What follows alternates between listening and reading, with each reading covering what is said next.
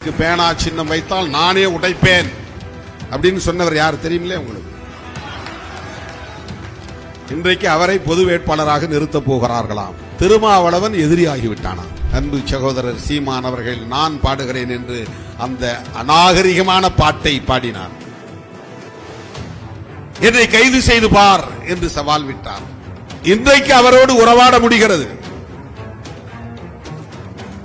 கூடி குழவ முடிகிறது. ஒரு கூட்டணியில நின்று ஜெயிச்சுட்டு இன்னொரு கூட்டணியில போய் அமைச்சராகலாமா?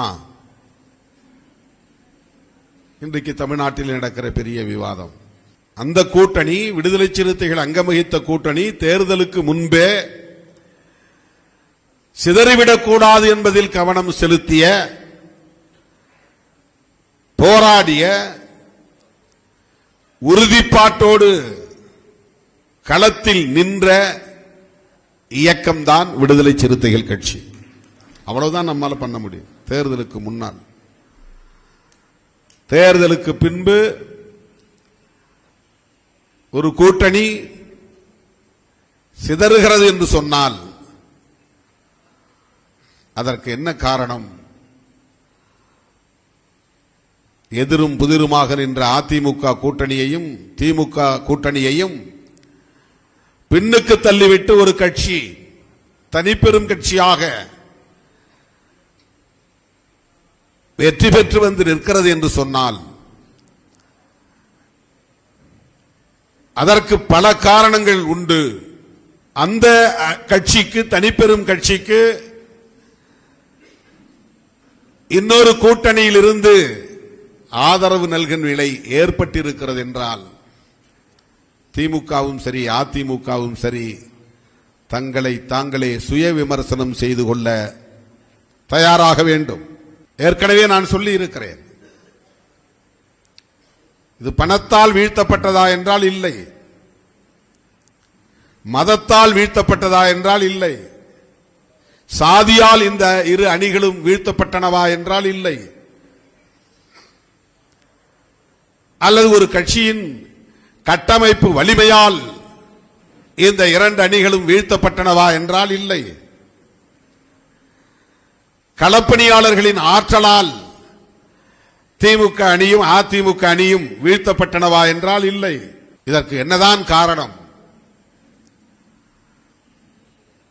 நெடுங்காலமாக திராவிட இயக்கங்களுக்கு எதிரான அல்லது திராவிட அரசியலுக்கு எதிரான வெறுப்பு அரசியல் தொடர்ந்து பரப்பப்பட்டது, தொடர்ந்து பரப்பப்பட்டது. இன்றைக்கு நேற்றைக்கு அல்ல. திமுக ஆட்சியை கைப்பற்றிய காலத்திலிருந்து திமுகவுக்கு எதிரான வெறுப்பு அரசியல், திமுகவை பலவீனப்படுத்துவதற்காகவே உருவான கட்சி அதிமுக. பிறகு திமுகவும் அதிமுகவும் எதிரும் புதிருமாக இருதுருவ கட்சிகளாக மாறிய பிறகு அந்த இரண்டு கட்சிகளுக்கும் எதிரான வெறுப்பு அரசியல் பரப்பப்பட்டது. தொடர் தாக்குதல்கள் நிகழ்த்தப்பட்டன. அதனுடைய உச்சமாக கலைஞர் கருணாநிதி அவர்களுக்கு பேனா நினைவு சின்னம் வைத்தால் அதை உடைப்போம் என்று வெளிப்படையாக பேசக்கூடிய அளவுக்கு இங்கே வெறுப்பு அரசியல். இன்றைக்கு அவர்கள் ஒரே மேடையில் ஒரே நிகழ்ச்சியில் கூடி குழவுகிறார்கள், கொஞ்சிக் கொள்கிறார்கள். அதுவெல்லாம் இங்கே விவாத பொருளாக மாறவில்லை. கலைஞருக்கு பேனா சின்னம் வைத்தால் நானே உடைப்பேன் அப்படின்னு சொன்னவர் யார் தெரியுமில்லே உங்களுக்கு? இன்றைக்கு அவரை பொது வேட்பாளராக நிறுத்தப் போகிறார்களாம். திருமாவளவன் எதிரியாகிவிட்டானாம். அந்த கூட்டணியை 2009 இருந்து பாதுகாத்தவன் திருமாவளவன். 2009 இருந்து திமுக காங்கிரஸ் கூட்டணியில் விடுதலை சிறுத்தைகள் இடம்பெற்றதனாலேயே உலகமெங்கும் வாழுகிற உலகத் தமிழர்களால் கடுமையான விமர்சனத்திற்கு உள்ளான பாவத்தை சுமந்தவன் திருமாவளவன். முத்தமிழறிஞர் கலைஞர் அவர்களை மிகவும் கொச்சையாக மேடைகளில், அதிமுக மேடைகளில் பாடுவதுண்டு. அந்த பாட்டை பாடியதற்காக திமுக அரசு ஒரு வழக்கு போட்டது. உடனே அன்பு சகோதரர் சீமான் அவர்கள் நான் பாடுகிறேன் என்று அந்த அநாகரிகமான பாட்டை பாடினார். என்னை கைது செய்து பார் என்று சவால் விட்டார். திமுக என்ன செய்தது? திமுக அரசு என்ன செய்தது? இன்றைக்கு அவரோடு உறவாட முடிகிறது,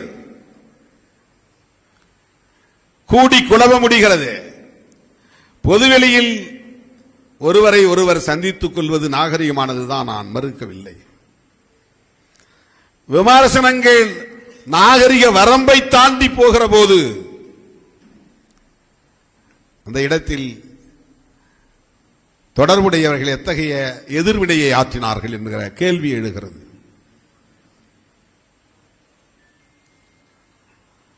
தோழர்களே, இது நான் தனிப்பட்ட முறையிலே யார் மீதும் காழ்ப்புணர்வு கொண்டு பேசவில்லை.